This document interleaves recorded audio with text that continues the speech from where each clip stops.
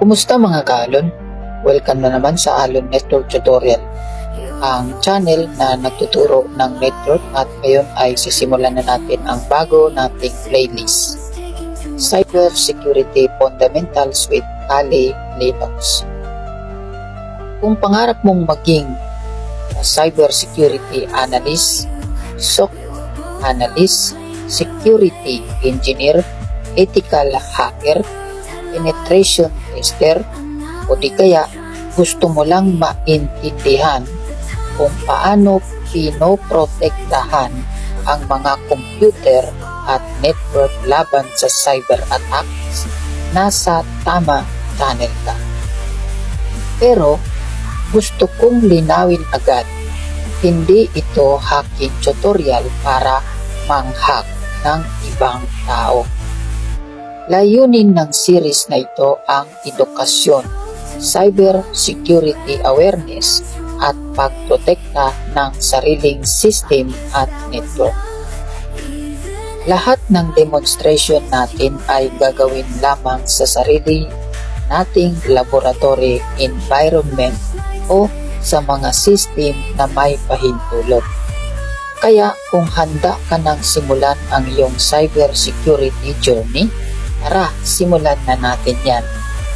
Section 1. Ano ang cyber security?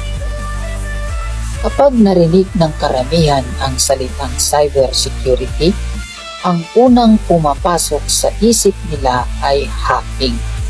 Pero sa totoo lang, mas malawak pa rito ang cyber security. Ang cyber security ay ang proseso ng pagprotekta sa ating computer, network, mobile devices, cloud services, at data laban sa iba't ibang cyber threats. Hindi lang ito tungkol sa pag-atake. Mas malaking bahagi nito ang prevention, detection, response, at recovery.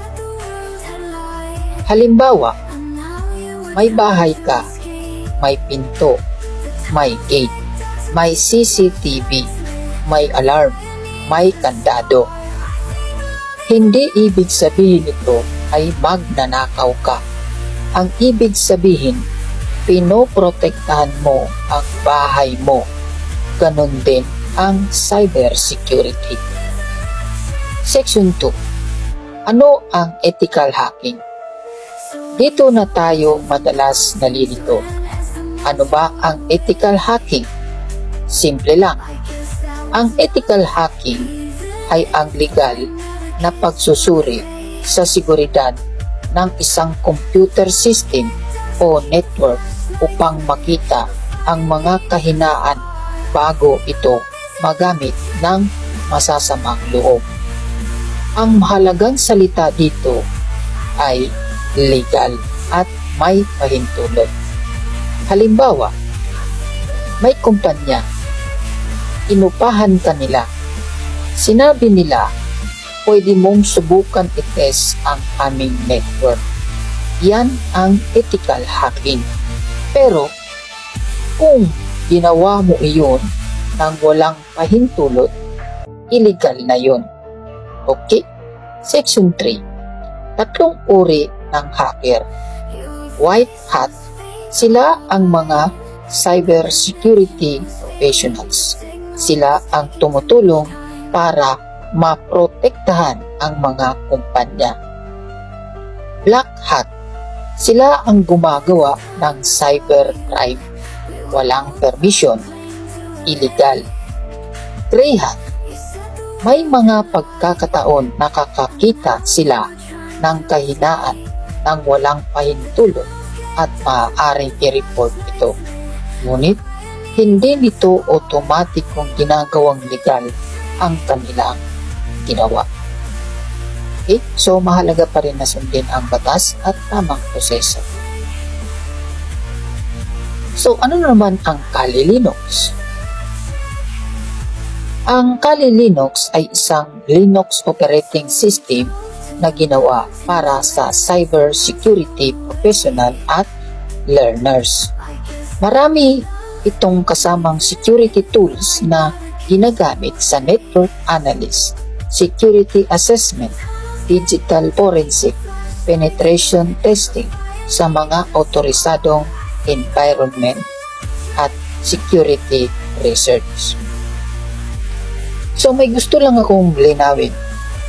Maraming baguhan ang naniniwala na kapag nag-install ka ng Kali Linux, automatic ka ng hacker. Hindi po totoo yon. Ang Kali Linux ay parang toolbox. Kung hindi mo alam gamitin ang mga tools, wala ring mangyayari. So ano naman ang WSL? Sa setup ko, hindi ako gumagamit ng virtual machine. Ang gamit ko ay Windows Subsystem for Linux o WSL.